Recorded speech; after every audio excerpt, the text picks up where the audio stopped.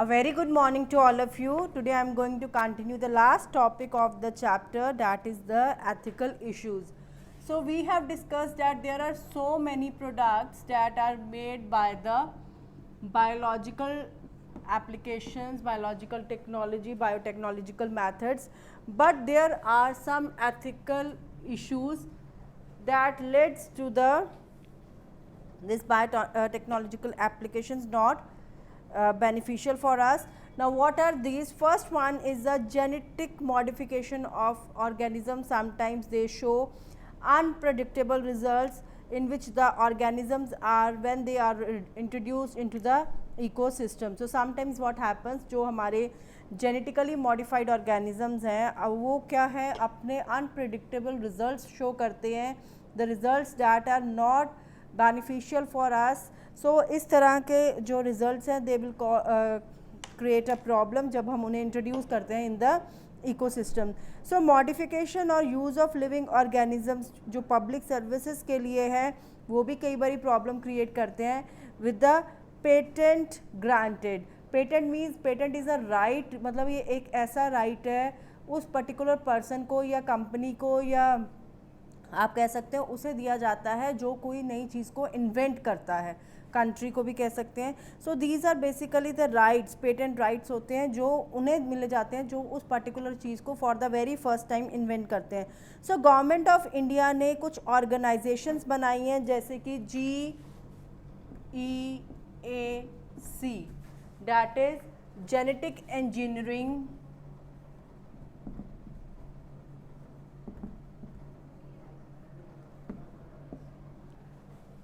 Approval Committee.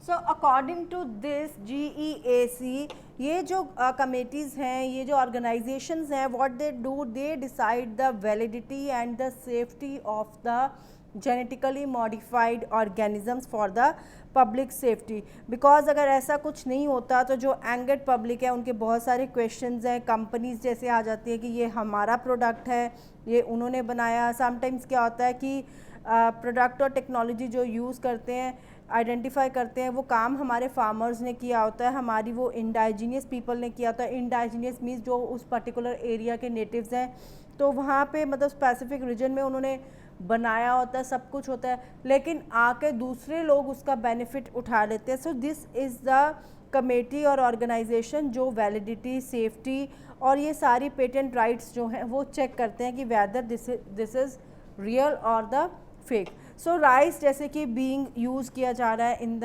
Asia's agriculture history, तो अब हमारे पास अराउंड 2 लाख वेराइटीज़ हैं इंडिया की alone in for the rice. So basmati जो कि अपने अरोमा और फ्लेवर के लिए इट्स वेल नोन, यूनिक है, तो 27 varieties are cultivated in India.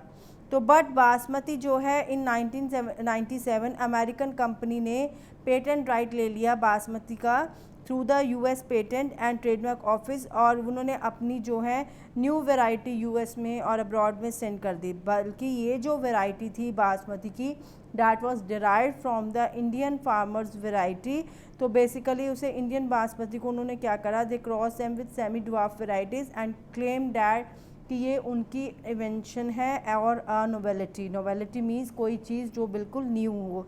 सो इस तरह से बासमती राइस है. कुछ ऐसे ही टर्मरिक और नीम के साथ भी हुए पेटेंट राइट्स का, वो मैं आपको पेटेंट राइट्स के टॉपिक में एक्सप्लेन करूँगी. सो हमारी जो रिच लेगेसी है, जो हमारे कंट्रीज़ हैं, इंडिविजुअल हैं, वो पे नहीं करते proper attention to for this patent application.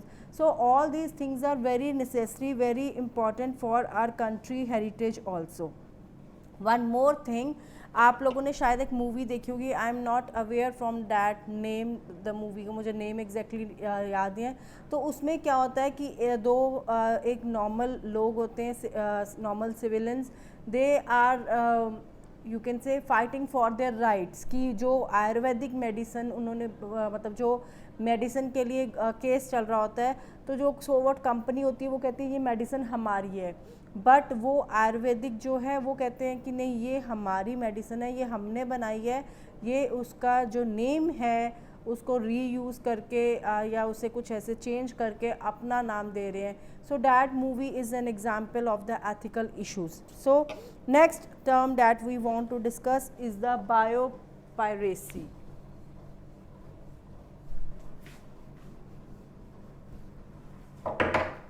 Now what is this biopiracy? So biopiracy जो है इसे हम डिफ़ाइन करते हैं the use of bio resources by the multinational companies and other organizations without proper authorization from the countries and the concerned people without compensatory payment. अब biopiracy क्या है? किसी एक तरह से इट्स अ टाइप ऑफ, आप कह सकते हो कि थेफ्ट है, चोरी है. तो क्या है कि बायो रिसोर्सेज को आप यूज़ करती हैं, मल्टीनेशनल कंपनीज़ हैं, बहुत सारी ऑर्गेनाइजेशंस हैं, लेकिन उनके पास प्रॉपर ऑथराइजेशन नहीं है उन कंट्री से या कंसर्न पीपल से. वो उनका सामान लेके अपने प्रोडक्ट्स बना रहे हैं, but they are not giving them the even the compensatory payment. So generally जो फाइनेंशियली रिच नेशंस होते हैं उनकी जो बायोडाइवर्सिटी है और ट्रेडिशनल नॉलेज है वो बहुत ज़्यादा पुअर होती है. They are not so good because they are developed countries, they have more finances. But जो डेवलपिंग और अंडर डेवलपिंग कंट्रीज़ हैं उनकी जो एनरिचमेंट होती है, उनकी जो इकोनॉमिक पावर होती है, व्हाट इज़ डैट, वो उनकी बायोडाइवर्सिटी और ट्रेडिशनल नॉलेज ही होती है. So related to the bio resources. So traditional knowledge जो है बायो रिसोर्सेज है उन्हें वो एक्सप्लॉयट करते हैं अपने मॉडर्न एप्लीकेशंस में यूज़ करने के लिए, ताकि उनका टाइम, एफर्ट्स, एक्सपेंडिचर जो कमर्शलाइजेशन में होता है वो सब कुछ हो जाए. तो ऐसे में जो सफ़रर्स होते हैं वो कौन होते हैं? वो होते हैं developing and under developed countries या नॉर्मल पीपल. तो कुछ नेशंस ने कुछ डेवलपिंग लॉज बनाए हैं to prevent such unauthorised exploitation of the bio resources and the traditional knowledge. तो इंडियन जो पार्लियामेंट है उन्होंने भी एक अमेंडमेंट दिया है इस चीज़ को कंट्रोल करने के लिए, इन इश्यूज़ को कंट्रोल करने के लिए, कंसिड्रेशन में लाने के लिए. That is known as a second amendment of the Indian patent bills. Indian patent bills ये वो लॉ है जो चेक करता है whether there is a exploitation of the people और unauthorised exploitation of their bio resources or their traditional knowledge. Now the last topic is the patent. Now what is this? I told you that patent is a right granted by a state. It is an exclusive right granted by a state or a national government to an inventor or the assignee for a limited period of time in exchange for a public disclosure of an invention. तो ये वो rights हैं जो हमारी state government या national government किसी भी inventor को देती हैं या असाइनी को देती हैं for a limited period of time, जो उस पर्टिकुलर इन्वेंशन को बनाते हैं ताकि वो अपनी जो इन्वेंशन का पब्लिक डिस्क्लोजर कर सकें. तो इसमें जो हमारे पास है 3 criterias are there. First one is the novelty. 3 criterias पे बेस है पेटेंट. सबसे पहले है नोवेलिटी. नोवेलिटी का मतलब है कि जो इनोवेशन उन्होंने करा है, जो चीज़ उन्होंने खोजी है, जो उन्होंने इन्वेंशन करी है, डैट शुड बी न्यू. वो न्यू है, वो पहले नहीं हो रखी है. Second thing is non obviousness.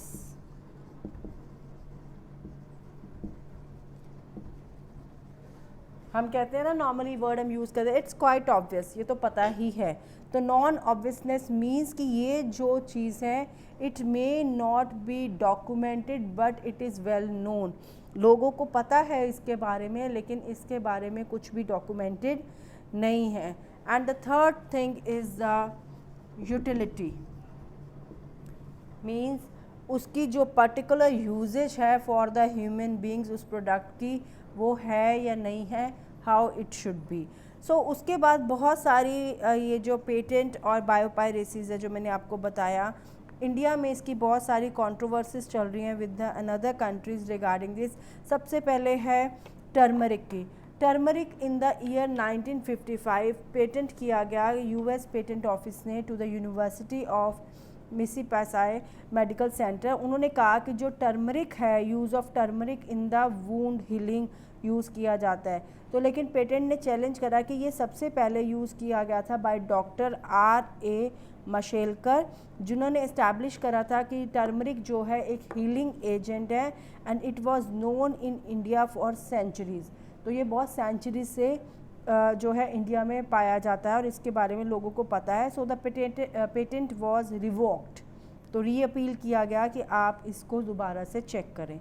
Second was the neem. In the year 1996 Vandana Shiva challenge the patent granted to the firm of WR Grace and companies, जो कि एक यूरोपियन पेटेंट ऑफिस है। उन्होंने कहा कि जो नीम ऑयल है that can be use for the fungicidal uses. तो एशियन इंडियन टेक्स्ट जो है वो हमें बताते हैं कि there was no novelty factor. India जो है नीम को बहुत टाइम पे जो है यूज़ कर रहा है और इसी पर्पस के लिए भी कर रहा है। So patent was then overturned in the year 2005। Similarly was basmati rice, मैंने अभी भी आपको बताया था, इन सितंबर 1997 जो अमेरिकन कंपनीज है, टेक्सास कंपनी रोक टेक, उन्होंने पेटेंट दिया बासमती राइस एंड ग्रेन्स पे, बट लेटर ऑन वो अपने सारे जो क्लेम्स थे रिगार्डिंग दिस पेटेंट वो लॉस कर चुके थे, खो चुके थे। So this is all about the patent ethical issues and the biopiracies, and this is all about the chapter biotechnological applications. So thank you students and have a nice day.